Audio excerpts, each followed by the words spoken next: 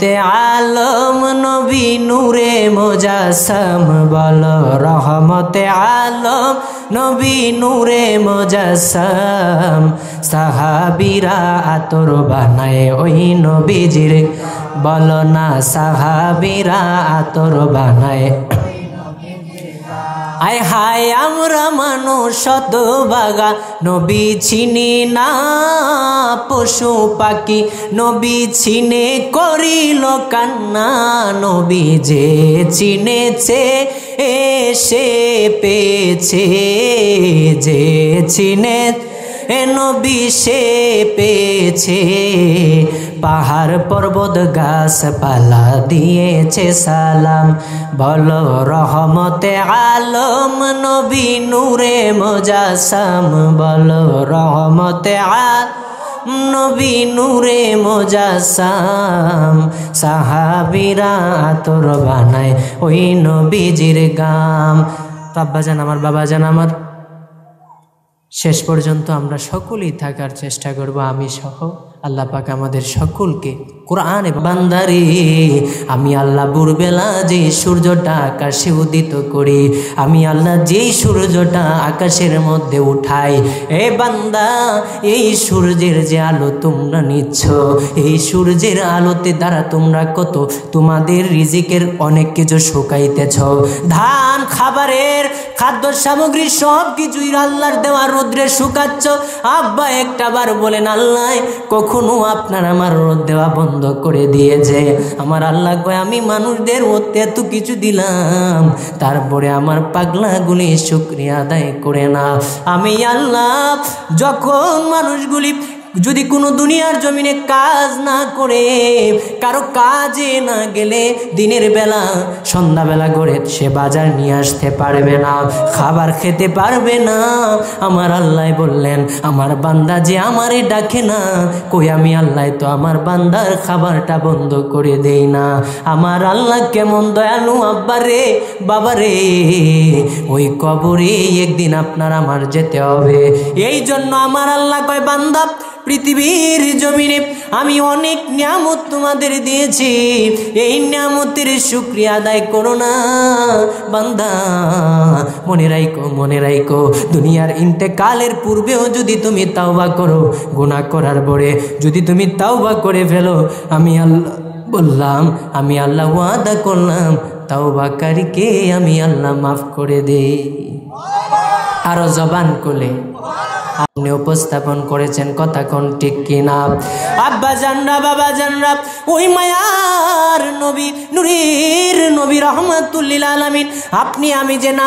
নামাজে যাই না মেশকাতের একটা হাদিস আমার মায়ার নবী নূরের নবী একদিন কবরের ভয়ঙ্কর সাপের কবরে যে আমার আল্লাহ বেনামাজির কবরে ৯৯টা সাপ চাপিয়ে দিবে ৯৯টা তিন্নি নামক সাপ আমার আল্লাহ লেলিয়ে দিবে এই জন্যই আলোচনাটা আমার মায়ার নবী একদিন আলোচনা করেছেন সাহাবায়ে কেরাম আমার মায়ার নবীর আলোচনাটা শুনে কান্না করছেন আমার মায়ার নবীকে একজন সাহাবী বলতে চাই ইয়া রাসূলুল্লাহ ওগো নবী কবরের মধ্যে যেই সাপগুলি লেলিয়ে দেওয়া হবে নবী গো এই সাপের কথা তো দুনিয়ার জমিনে দেখিও নাই শুনিও নাই আমার নবী কয় সাহাবী পাগলা রে কবরের যেই সাপ এই সাপ দুনিয়ার জমিনে নাই এই সাপের নাম তিন্নি নামক সাপ প্রত্যেক বেনামাজি কাফির মুশরিকদের কবরে ৯৯টা সাপ চাপিয়ে দিবে আমার আল্লাহ এ সাহাবীরা শুনে নাও এই সাপ থাকবে একজন কবরবাসীর কবরে ৯৯টা সাপ প্রত্যেক সাপের মাথা থাকবে 9টা করে আবার এক এক জায়গার মধ্যে আসে 7টা করে আবার এক এক জায়গার মধ্যে আসে 9টা করে মাথা থাকবে এক একটা সাপ সাহাবায়ে কেরাম কয় নবী গো দুনিয়ার জমিনে তো এমন সাপের কথা শুনি নাই আমার নবী কয় এটা দুনিয়ার সাপ নয় এইটা প্রত্যেক কাফিরদের কবরে আমার আল্লাহ চাপায়া দিবে এ সাহাবী এই সাপের বিষ কতটুকু জানোনি আমার মায়ার নবীর সাহাবায়ে কেরাম বলেন ইয়া রাসূলুল্লাহ আল্লাহ এবং আপনি রাসূল ভালো জানেন আমার নূরের নবী নবী কয় সাহাবীরা রে, এই সাপের বিষ এতটা ভয়ঙ্কর হবে, পৃথিবীর মধ্যে যদি একবার ওই সাপে নিঃশ্বাস ফেলতো কিয়ামত হয়ে যাইত, আর পৃথিবীর মধ্যে কোনো সবুজ গাছ জন্মাইতো না, এতটাই ভয়ঙ্কর। সাহাবায়ে কেরাম শুনে নাও, কিয়ামত পর্যন্ত আল্লাহর যারা নাফরমানি করবে, আল্লাহর গুনাহগার বান্দা যদি তাওবা না করে, আমার আল্লাহর যারা গুনাহ করে আল্লাহর কাছে অনুতপ্ত না হয়, গুনাহের জন্য অনুতপ্ত না হয়, তাওবা না করে, তাদের কবরে যে সাপগুলি চাপিয়ে দেওয়া হবে, কিয়ামত পূর্ব পর্যন্ত তাদেরকে কামড়াইতে থাকবে, ছোবল মারতে থাকবে। এটা কিয়ামত পূর্ব পর্যন্ত হবে, তারা মারা যাবে, আবার পুনরায় তাদের দেহের মধ্যে রূহ দেওয়া হবে। কিয়ামত পূর্ব পর্যন্ত তাদের কবরে এইরকম শাস্তি হতেই থাকবে। আব্বা জানরা, বাবা জানরা, এখনো সময় আছে, নামাজ পড়তে হবে, নামাজ ছাড়া গতি নাই। কথা ঠিক কিনা? শুধু আল্লাহর ওলিদের ভক্ত হইলে চলবে? আবার কয়েন না হুজুরে ওলি আল্লাহর বিরুদ্ধে কথা কয়। আল্লাহর ওলিরা এমনি হয় নাই, আল্লাহর ওলিরা অনেক সাধনা করছে। আল্লাহ ওর ওলিরা দিনের জন্য নিজের শরীরের তাজা রক্তগুলি ঢেলে দিয়েছে, দিনের জন্য নিজের যত সয় সম্পদ ছিল, সন্তানাদি সব কিছুকে উৎসর্গ করে দিয়েছে, আল্লাহর রজ্জুকে আঁকড়ে ধরেছে। আল্লাহর ওলিরা, আল্লাহর মুত্তাকি বান্দারা, পরহেজগার বান্দারা, মাহবুব বান্দারা ইবাদত করতে করতে যখন আল্লাহর কাছের হয়ে গেছে, তখন মাহবুব হিসেবে তারা পরিণত হয়েছে, পরিচিতি লাভ করেছে। ওই আল্লাহর প্রিয় বান্দারা ওলি আল্লাহর খেতাবটা তারা পেয়েছে। পড়েন সুবহানাল্লাহ। আল্লাহর প্রিয় বান্দারা যারা আল্লাহর ওলি হয়েছে, ইবাদত ছাড়া আল্লাহর ওলি হতে পারে? ইবাদত লাগবে কিনা? নামাজ কোরআনে সব থেকে বেশি জায়গায় আসছে, নামাজ পড়া লাগবে কিনা? মনে রাখবেন, বান্দার মেরাজ আল্লাহর সাথে নামাজ। বুঝতে পারছেন? বান্দার মেরাজ তার রবের সাথে একমাত্র নামাজ। নামাজের মাধ্যমে রবের সাথে সাক্ষাৎ হয়। রবের সাথে কি হয়?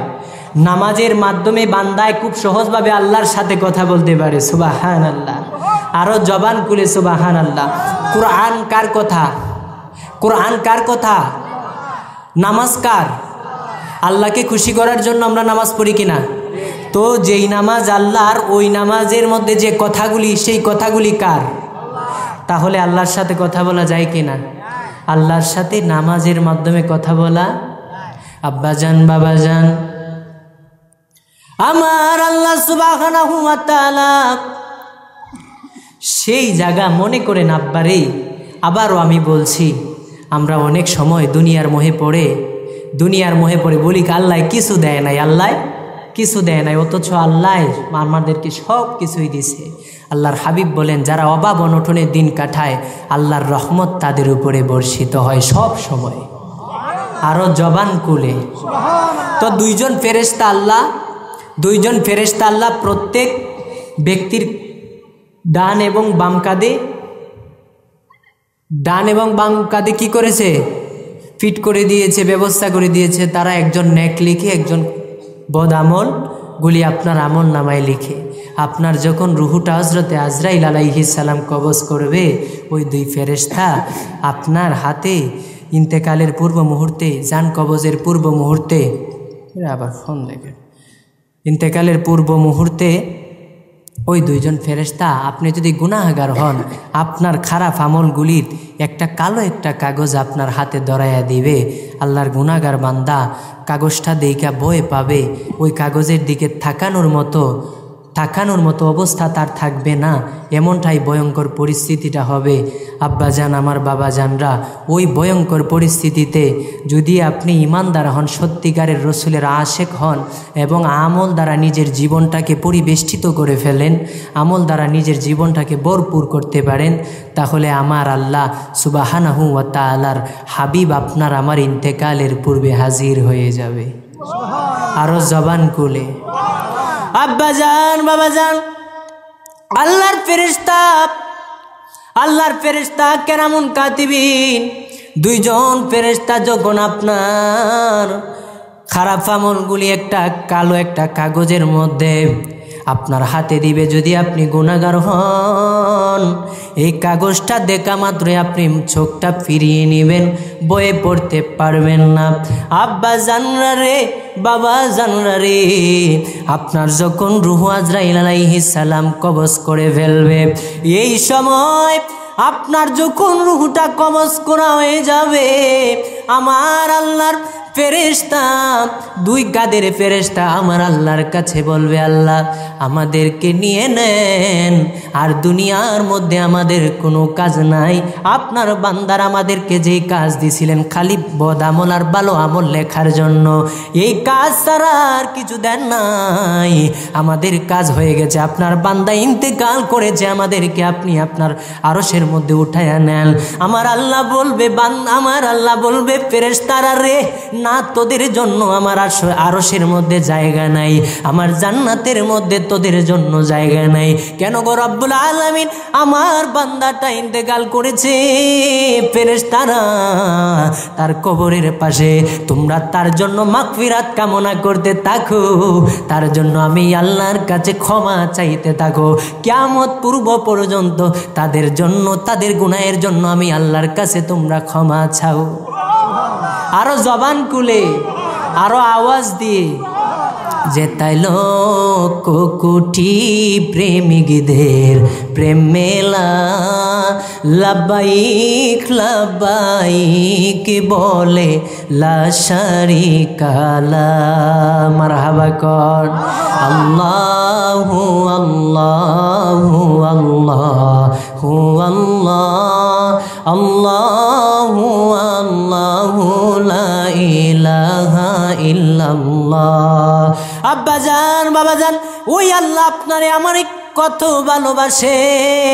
আমার আল্লাহ বলবেন, ফেরেশতারা রে, কিয়ামত পূর্ব পর্যন্ত আমার বান্দার কবরের পাশে তোমরা তার জন্য মাগফিরাত কামনা করতে থাকো, আমি আল্লাহর কাছে দোয়া করতে থাকো, আমি আল্লাহর কাছে তোমরা তার জন্য ক্ষমা চাইতে থাকো। আব্বা জানরা রে, আমার মায়ার নবীর স্ত্রী উম্মাতুল মুমিনিন, আমাদের আম্মা জান, সমস্ত উম্মতের আম্মা, আমাদের আম্মা জান আয়েশা সিদ্দিকা রাদিয়াল্লাহু তাআলা আনহা, কিতাবে আসে আম্মা জান আয়েশা সিদ্দিকা রাদিয়াল্লাহু তাআলা আনহা কয়, ওগো নবী, ইন্তেকালের পূর্বে আপনি আমার একটা ওসিয়ত করে যান। আমার মায়া নবীকে বললেন, ইয়া রাসূলুল্লাহ, আমারে কয়েকটা বিষয়ে সাবধান করে যান নবী গো, আমারে কয়েকটা বিষয় অবগত করে যান। আমার মায়ার নবী কয়, আয়েশা কোন বিষয়? আমার মায়ার নবীকে বললেন, আয়েশা ওগো নবী, মানুষ ইন্তেকালের পরে কোন সময়টা দুঃখের সময়। আমার মায়ার নবী, নূরের নবী, রহমাতুল লিল আলামিন কয়, আয়েশা, আয়েশা রে, রে আয়েশা, কোন মানুষের রূহ যখন আজরাইল আলাইহিস সালাম তার দেহ থেকে কবজ করে নিবে, আয়েশা, আয়েশা, ওই সময় আমার আল্লাহর ওই বান্দাটা, আমার উম্মতটার ওই সময়টা যখন আজরাইল আলাইহিস সালাম তার দেহ থেকে রূহটা কবজ করে নিয়ে যাবে, আয়েশা রূহ কবজ করার পরে তার আত্মীয় স্বজন মৃত ব্যক্তিকে যখন খাটের থেকে জমিনে নামাবে, আয়েশা রে, ওই সময়টা মৃত ব্যক্তির বড় দুঃখের সময়। আয়েশা, তার থেকে আরো কঠিন মুহূর্তটা শুনবানি। তবে হযরতে আমিরুল মুমিনিন, হযরতে খলিফাতুল মুসলিমিন, খলিফাতুল মুসলিমিন, সমস্ত মুসলমানদের খলিফা যিনি আমিরুল মুমিনিন হযরতে ওমর ফারুক রাদিয়াল্লাহু তাআলা আনহু, তিনি বললেন, দুনিয়ার মানুষেরা রে, যখন কোনো মানুষ ইন্তেকাল করে সঙ্গে সঙ্গে তারে তোমরা খাটের থেকে একেবারে নিচে রাইকো না, মনে রাইকো মৃত ব্যক্তির ওই সময়টা বড় দুঃখের সময়।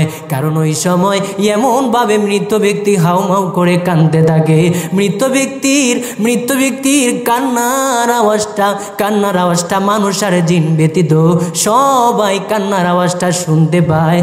আর মৃত ব্যক্তি এমন ভাবে হাউমাউ করে কাঁদে, ছেলে মেয়ে সকলের আত্মীয় স্বজনের বলে, আমার এত তাড়াতাড়ি তোমরা খাটের থেকে নিচে নামাইও না। এই আয়েশা, মৃত ব্যক্তির ওই সময়টা বড় দুঃখের সময়। আয়েশা কয় নবী গো তারপরে কোন সময়টা দুঃখের সময়? আমার নবী কয় আয়েশা ওই ব্যক্তিটারে যখন ঘর থেকে বের করবে, আয়েশা পাগলি রে, ওই ব্যক্তিটারে যখন ঘর থেকে বের করে নিয়ে যাবে, আল্লাহর ওই বান্দাটা হাউমাউ করে কেঁদে কয় আমার আব্বুরা ছেলে মেয়েদেরকে ডেকে ডেকে বলে তোমরা এত তাড়াতাড়ি আমাকে ঘর থেকে বের করো না, আর একটু সময় আমার এই ঘরের ভিতরে রাখো। এই ঘরটা আমার মাথার গাম পায়ে ফেলে অনেক কষ্ট করে এই ঘরটা নির্মাণ করেছি। আয়েশা রে, ওই সময়টা মৃত ব্যক্তির বড় দুঃখের সময়। ইয়া রাসূলুল্লাহ সাল্লাল্লাহু আলাইহি ওয়াসাল্লাম, তারপরে কোন সময়টা দুঃখের সময়? নূরের নবী সাল্লাল্লাহু আলাইহি ওয়াসাল্লাম কয় আয়েশা মৃত ব্যক্তিকে যখন গোসলখানায় নিয়ে যায়, গায়ের জামাটা খুলে ছেলে মেয়ে গায়ের জামাটা খুলতে যায়। আয়েশা রে ওই সময় যখন গায়ের জামাটা খুলতে যায়, মৃত ব্যক্তিটা হাউমাউ করে কেঁদে গয় আমার গায়ের জামাটা এত জুড়ে জুড়ে গায়ের জামাটা খুইল না। আজরাইল আলাইহিস সালাম বড় কষ্ট দিয়ে আমার রূহটা কবজ করছে। এত কষ্ট আমি পেয়েছি, এখনো আমার শরীরের মধ্যে ওই জান রুহ কবজ করার কষ্টটা আমার শরীরে গায়ের মধ্যে এখনো আছে। আয়েশা ওই সময়টা মৃত ব্যক্তির বড় দুঃখের সময়। আব্বা জান্নারে বাবা জান্নারে নূরের নবীকে আম্মা জান বললেন নবী গো তারপরে কোন সময়টা দুঃখের সময়? আমার নূরের নবী কয় আয়েশা মৃত ব্যক্তির গায়ের মধ্যে যখন পানিটা ডালে, মৃত ব্যক্তির গায়ের মধ্যে পানিটা যখন ডালে আর শরীরটার মধ্যে যখন ডলা দেয় ছেলে মেয়েরা, ওই সময় মৃত ব্যক্তির বড় দুঃখের সময়। আর একটা সময় বড় দুঃখের সময় আয়েশা, সব থেকে দুঃখের সময় জানুনি নবী গো, ওই সময়টা কোনটা গো নবী? আমার মায়ের নবী কয় আয়েশা যখন মৃত ব্যক্তিরে এক কাপড়ে রাখার জন্য মুখটা ডেকে দিয়ে যায়। আয়েশা পুরুষের জন্য 3 কাপড়ে, আয়েশা মহিলাদের জন্য 5 কাপড়ের বন্দোবস্ত করা হয়।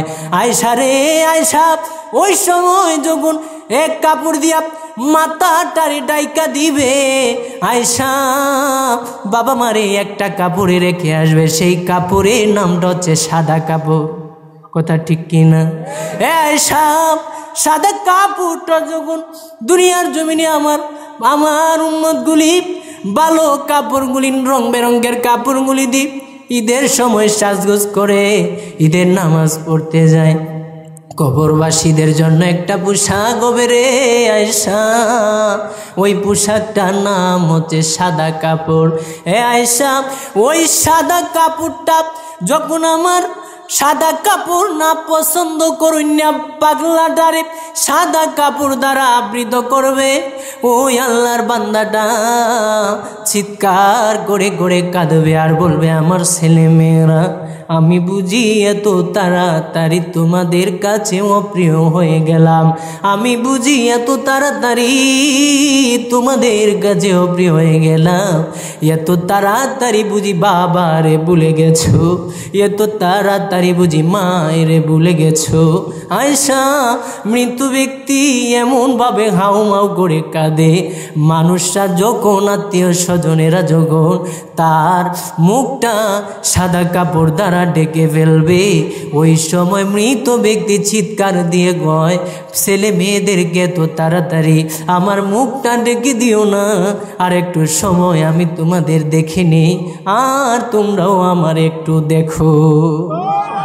আমার মায়ার নবী কেমন নূরের নবী রে আব্বা, ওই সময় যখন আল্লাহ দুনিয়ার মানুষ আপনার আপন না সবাই যখন আপনারে বিদায় দিবে কবরে, আমার মদিনাওয়ালা আপনার কবরের মধ্যে হাজির হয়ে যাবে। এই জন্য আমার মুর্শিদ কেবলা আল্লামা ওয়ালিউল্লাহ শিখে একটা গজল লিখলেন, আমি চলে যাব আমায় তোমরা ভুইলা যাইও না, আমি চলে যাব আমায় তোমরা ভুইলা যাইও না, ডাইনে বামে মাটি আমার, মাশাআল্লাহ, ডাইনে বামে মাটি আমার, আয় হায় ঘরের বিবি ছেলে মেয়ে আসে যাহারা, জন্মের মতো বিদায় করে দিবে তাহারা। আয় হায় শেষে বুঝলাম এই দুনিয়ায় কেহ আমার না, বলো না শেষে বুঝলাম এই দুনিয়ায় কেহ আমার না। ডাইনে বামে মাটি না, ডাইনে বামে মাটি আমার। বাবা তোমার আমার আপনকে একটু শুনো না, যিনি আপন তিনি কাঁদেন সোনার মদিনা। আয় হায় ওই নবীজির কাছে চলো হয়ে দিওয়ানা, বলো না ওই নবীজির কাছে চলো হয়ে দিওয়ানা। ডাইনে বামে মাটি আমার বিছানা, ডাইনে বামে মাটি আমার।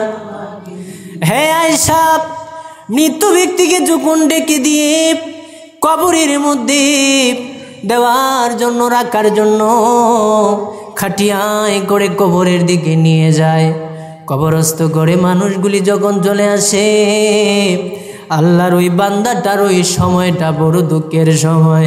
সবাই যখন চলে আসে, মৃত ব্যক্তিটা ডাক দিয়ে কয়, বন্ধুরা গতকাল রাতে কটিয়াদির বাজারে, এই হাতির তান বাজারে একসাথে বসে চা খেয়েছি, কত আলাপ আলোচনা করেছি, আজকে আমার হায়াতের বেলা শেষ, আমারে তোমরা রেখে তাড়াতাড়ি বিদায় দিচ্ছ, এত তাড়াতাড়ি বুঝি আমারে ভুলে গেলে। আয়েশা, মৃত ব্যক্তি ডাক দিয়ে কয়, আমার জন্য একটু দোয়া করে যাও, কারণ আজকে দোয়া ছাড়া আমার সাথে কিছু আসে না। আয় হায় আয় হায়, দুনিয়ার জমিনে পাগলাগুলি ক্ষমতার দাম্ভিকতায় পড়ে, ক্ষমতার মোহে পড়ে, গুনাহগার ক্ষমতায় পড়ে গুনাহ করেছ, আল্লাহর প্রিয় বান্দাদের প্রতি জুলুম করেছ, আল্লাহর মুত্তাকি পরহেজগার বান্দাদের প্রতি অন্যায় করেছ, আল্লাহর সহজ সরল বান্দাটার উপরে জুলুম করেছ জালিমের মতো। আব্বা জাননারে অনেক ক্ষমতার মোহে পড়ে আপনি মানুষদেরকে মানুষ মনে করেছেন না। আয়েশা, ওই সময় ওই সমস্ত ব্যক্তিরা যখন চলে যাবে, তার জন্য সব থেকে দুঃখের সময় হবে, যেই দেখবে গোটা পৃথিবীটা নানান রকমের হারাম পথে নিজেকে পরিচালনা করে, হারাম পথে টাকা পয়সা উপার্জন করে সম্পদের পাহাড় গড়েছে রে আয়েশা, ওই সম্পদগুলি রেখে আজকে শূন্য হাতে কবরে যাচ্ছে।